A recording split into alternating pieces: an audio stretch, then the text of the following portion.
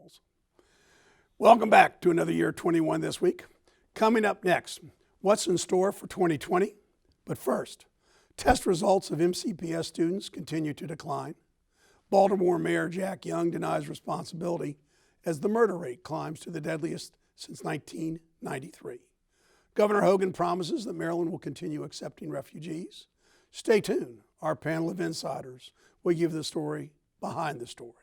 We're joined by the former mayor of Rockville, Susan Hoffmann, Secretary of the Maryland Republican Party, Mark Uncapher, and political strategist Susan Heltemes.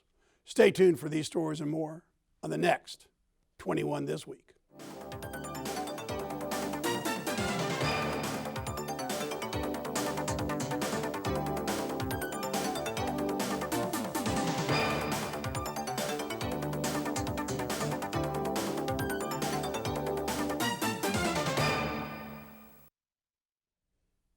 The controversy of how to improve student performance was being hotly debated at the end of last year. Now a new report suggests that little improvement has occurred since 2015. Susan Hoffmann, only 46% of black students and 35% of Latino students meet the county's benchmark for proficiency in language, literacy, and math. So why are these poor results tolerated year after year after year? Well, I think you're making an assumption that they're tolerated, and they're not. And that it's clear that they're not tolerated because there are constant studies and constant efforts to close the gap. And actually the gap has closed some since a few years in the past. It's very concerning. The whole issue of why students do well or don't do well is much more complex than simply what happens in the classroom, and I think everybody Susan, acknowledges that. I've been hosting this show since 2003, and this is an annual topic, that test results between minority students and the gap continues unabated. And I don't care how much money they spend on it, what they're doing is a dog chasing its tail. Susan. You have to remember that during the years, we've had large influx of minority students. And they'd come here without any English skills. I was told that the average Latino student comes to the United States, no matter what their age, with about a 4th grade education. And 78% of Latinos and 71% of blacks in Montgomery County are going to schools that are elementary schools that are faltering. Now that's a topic I brought up before. There are neighborhoods where they have the least, the buildings are most in need. They don't get the good teachers because the teachers don't want them. And there are a lot of issues, and you can't just blame it on the school system. Well, let's look at the progress that the school system isn't making. One of the statistics that we have is readiness at kindergarten. So we can look and we can see at that point when they're coming into the system, the difference between Asians, whites, Hispanics, blacks. But Hispanics come later on the whole. Yeah, but let me finish the point. So you look at the gap that exists there, and then you look at the end of the system at the gap for, say, SAT scores. And the gap gets worse. Of course it does, because if you don't have I kindergarten... finish, please? No. At the beginning, the gap gets worse. So what happens is over 12 years at MCPS, the disparities increase. They keep so going. Something's wrong with do. the way the school's working. When kids come in from certain countries, as I said, if you had heard, they're on a 4th grade education level and they get stuck into the 9th grade because of their age. Yeah, it's going to get worse as kids come in at an older age. That's why they don't hear 4,000 words a day. They don't have pre-K. They don't have advantages of pre-kindergarten. Pre-K is a significant issue. No, but if you look at readiness, in other words, yeah, you're going to improve readiness, but during 12 years, the schools aren't here for 12 years. That's what you don't understand. They come in later and they are at a disadvantage, and they're struggling. Susan, this has been a topic we've talked about for a long time. Yes. So why haven't why hasn't been addressed properly? The problem is that it is such a complicated issue. And there are so many factors that make the difference. It's not just what I said before. It's not just, let me just finish. It's not what happens in the classroom alone. As we all know, it's what happens before they get to the classroom and what happens when they get back home. Mark. If I could, it isn't before they get to the classroom. MCPS has relied on parents to substantially supplement the education of their kids. If you're a Whitman parent, as you're a parent in any other district, you get a stack of contracts that require you to supplement. So what happens is, Whitman is if an I unreal could, world. Wait a minute. Let me Whitman finish. is an unreal world, but here's what happens is you have within those zip codes among the highest proportion of parents with graduate and advanced degrees. They are expected, they regularly supplement the education because MCPS relies on parents to a degree. And But they can. other school districts, for example, Richmond, have done a better job of recognizing that you can't rely on parents They don't to the have the extent. minority Ladies and gentlemen, we need to. population. I want to go on to our next topic, which is I want to talk about the school board. There's a proposal out that the school board salaries for an elected school board member will be increased by more than twofold, from $25,000 to $60,000. Now, I don't understand how this is possible. Mark, what's your opinion on I that? think they shouldn't get any salary based on the performance that MCPS is producing. And it's really kind of an indictment of the whole Kerwin phenomena, if you will, that the increase in spending apparently includes an increase in salary for an underperforming school board. Well, here's the contrast. Right now in Fairfax County, the school board makes $32,000. They have roughly the same student population. Why should we be increasing the school board salary to $60,000 a year? Okay, no, they're also in LA. They get $125,000. We're not talking about Miami-Dade what's our gets region? What's our region? $42,500. What do they get in Howard County? What do they get in Prince George's? In Prince George's, they get $13,000. No, in Prince George's they get $19,200. Right, so would we're like to already see- overpaid. We're why already overpaid. I Okay, would like to but- suggest that part of the problem is that nobody knows who these candidates are when they run. They are not held responsible by the electorate because they are not directly responsible for the funding they get and how they spend it. And I want And to And that's a perfect segue. And I can't- No, into, but into this what I is- wanted to ask you. Yes. So many people think that the school board is just a rubber stamp for the teachers union and their Apple ballot, and that the whole damn thing should be done away with. So there are people who say that. I wouldn't say that it's necessarily rampant. And if you're saying that the school board is supportive of teachers as opposed to the teachers union, because they're not the same damn thing. Yep. They're not. So they are supportive of teachers by all means. But the issue for me has always been, because I come from Pennsylvania, and school boards are elected independently and have to raise their own budget. And I'm used to people being held accountable, and they need to run, and people need to know who they are. This does not happen in Montgomery It doesn't County. happen. And I There's want- no accountability. And nobody knows who these people And are. I want to add, I brought it up before, and you cut me off. The thinking is that at $25,000 a year, you are going to have a certain segment of the population only running, because you cannot raise a family on $25,000. So you get a lot of. It's not a full-time It's not a job, full-time Susan. job. Let me Not a full- finish. Is it a full-time job? No. Let me finish. Absolutely so the not. thinking is, if you raise it, people other than retired people can actually get on the school board. They would represent diversity, and they would bring in a new set of ideas. And Susan, there is one question. How long has Patricia O'Neill been on the school board? a long time. So I guess people can stay on the school board. No, alone. but that doesn't Mark, I mean wanna that ask you a she's question. living off of that salary alone. Let's go up north to I-95 to Baltimore. Right? Baltimore this year had a record number of murders. Yet again, the mayor, Jack Young, is disavowing any responsibility for it. What do you think about that? Mayors ought to take responsibility for public safety in their community. And if you go farther up 95 to New York City, you will see the experience that Rudy Giuliani, when he was mayor, and Mike Bloomberg, the then Republican, now Democratic mayor, had over 20 years, while the murder rate was dropped by 80%. There are fewer murders in New York City than there are in Baltimore. And that's- Baltimore has 1/10 the population, and it has New York City as diverse and complex as any city there is in the world. The fact is, there are policing methods that work. They worked in New York, and Baltimore neglects to pursue them. Absolutely, positively, and the focus needs to be on better policing in And Baltimore. I think you and have to that's give- not the issue.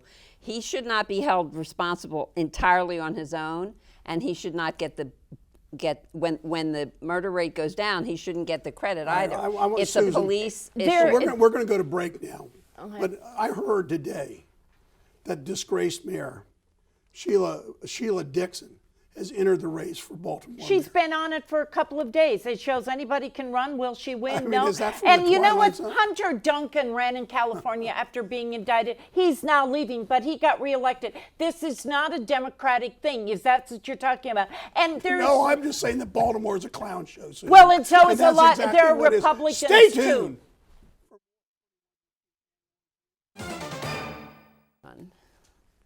Welcome back.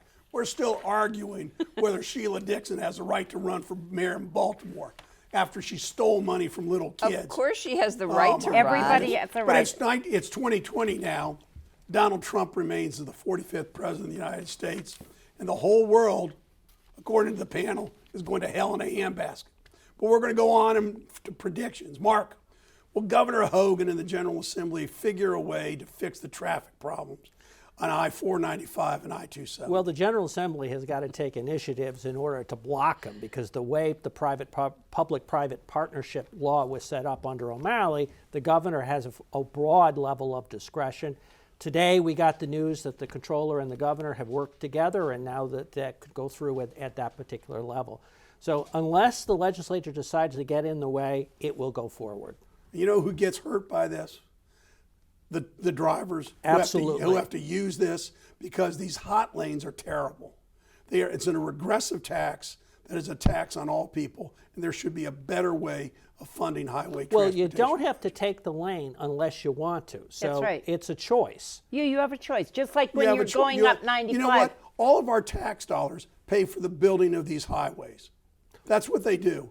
And our tax, my dollar is just as important as the guy in the Bentley who's using the hot lane. But the additional money for the hot lanes are paid by the people who are on the hot lane. So you're expanding capacity And that would no otherwise general not fund exist. money goes to that? I don't believe it.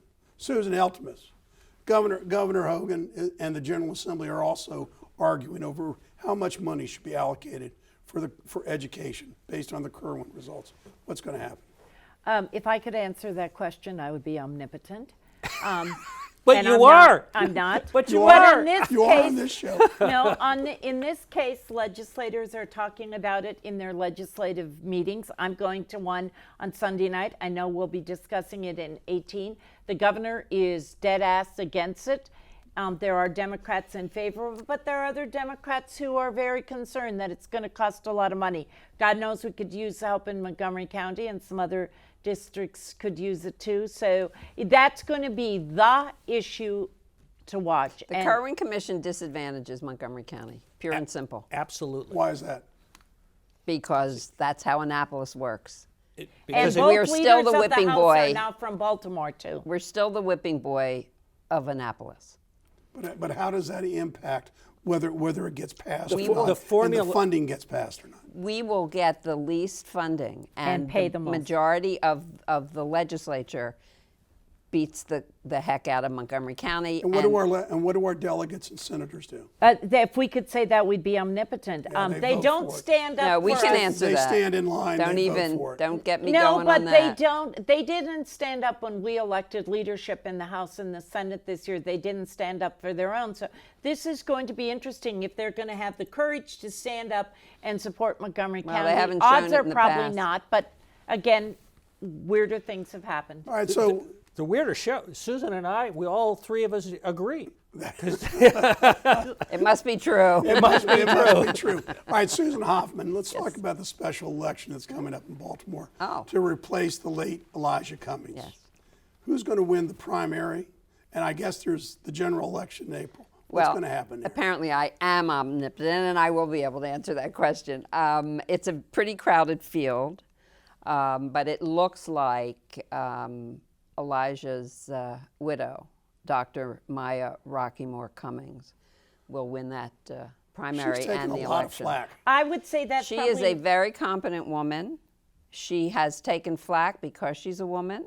She has taken flack because she is a widow and has jumped as former chair of the Maryland State Democratic Party. She left that position to run, and some people were unhappy about that. So there's flack I think associated with it, I but it don't doesn't think mean she- she won't do she's a not- good And job. competence has nothing to do She with is it. not- She's quite competent. She is not going to win.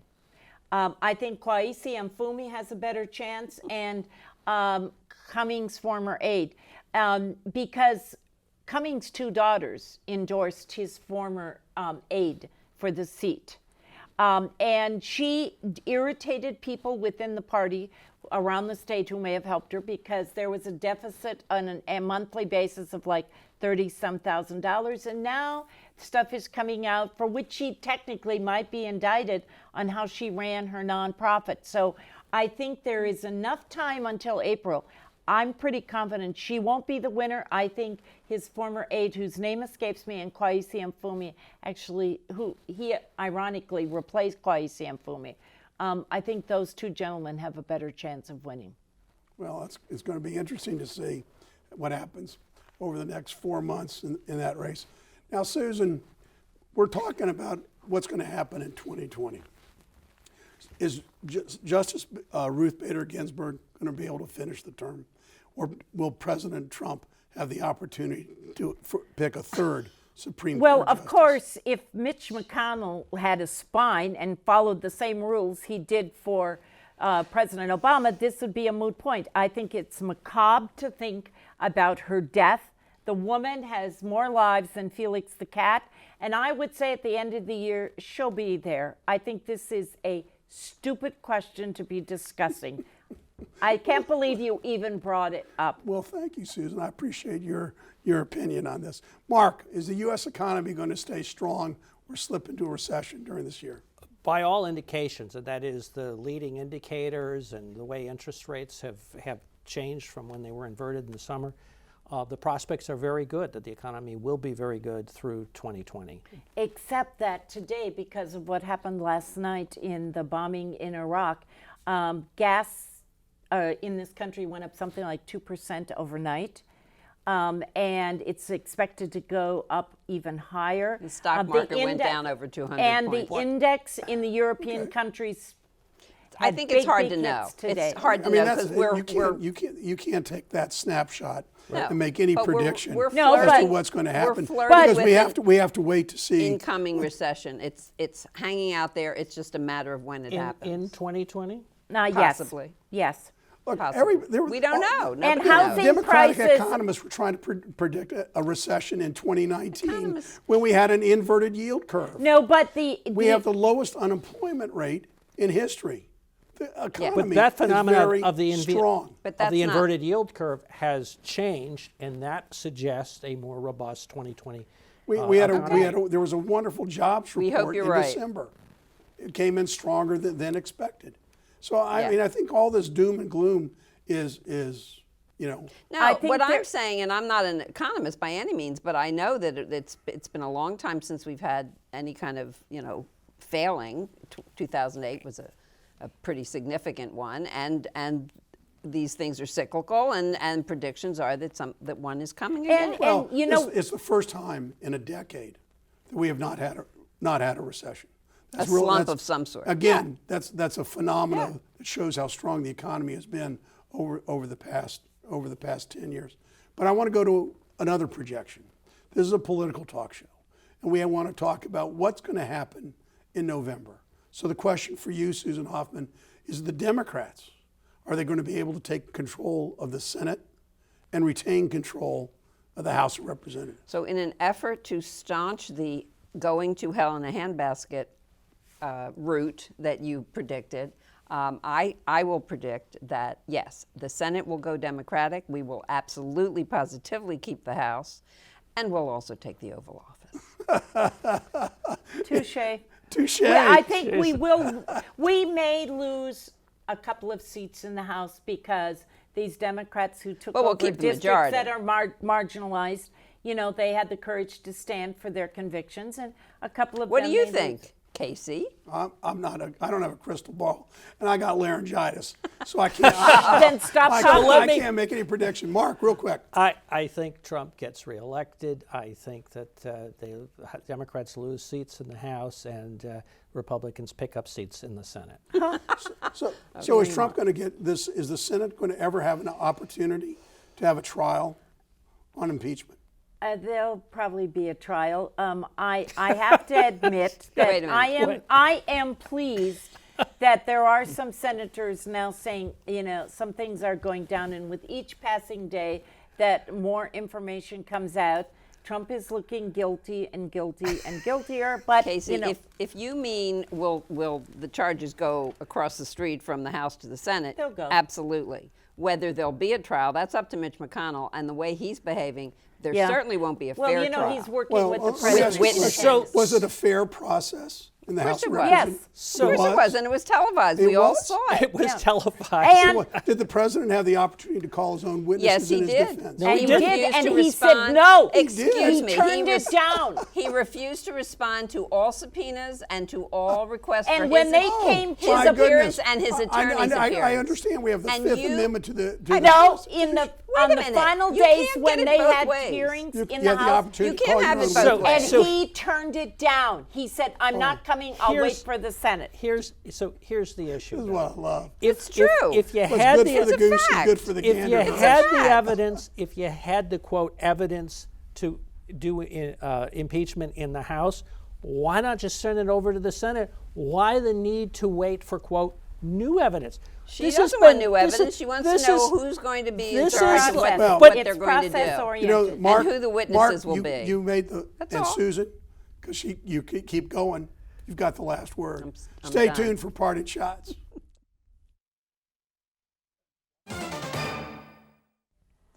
And welcome back. Now with parting shots, Susan Heltemes. There are those who keep saying over and over and over that immigrants in this county are creating great numbers of crimes.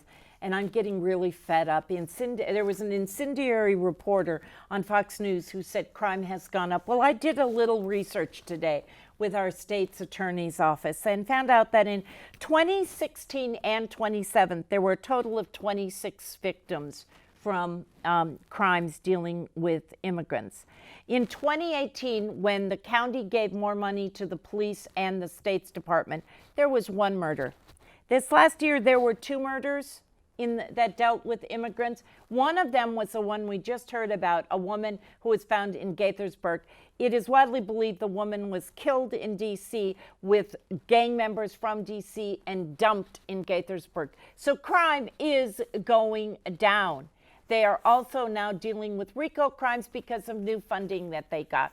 Montgomery County is not what some people would like it to be. On that note, Happy New Year, and our prayers and my prayers are especially with Congressman John Lewis, an American icon who's been diagnosed with pancreatic cancer. Thank you, Susan. Mark Uncapher, your parting shot.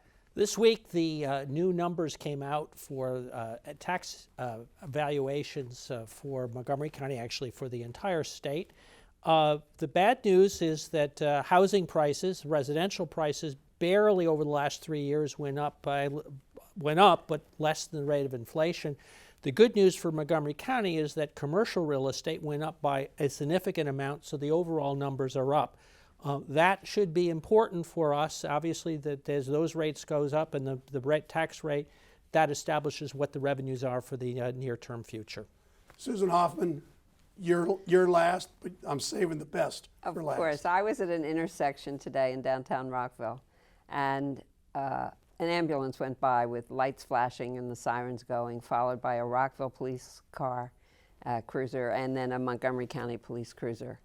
And I thought, here are perfect strangers heading to help perfect strangers, and what a blessed place we are in. And Montgomery County, I mean, it's done all over the country, but Montgomery County is great, and thank you to all of those first responders who come and help.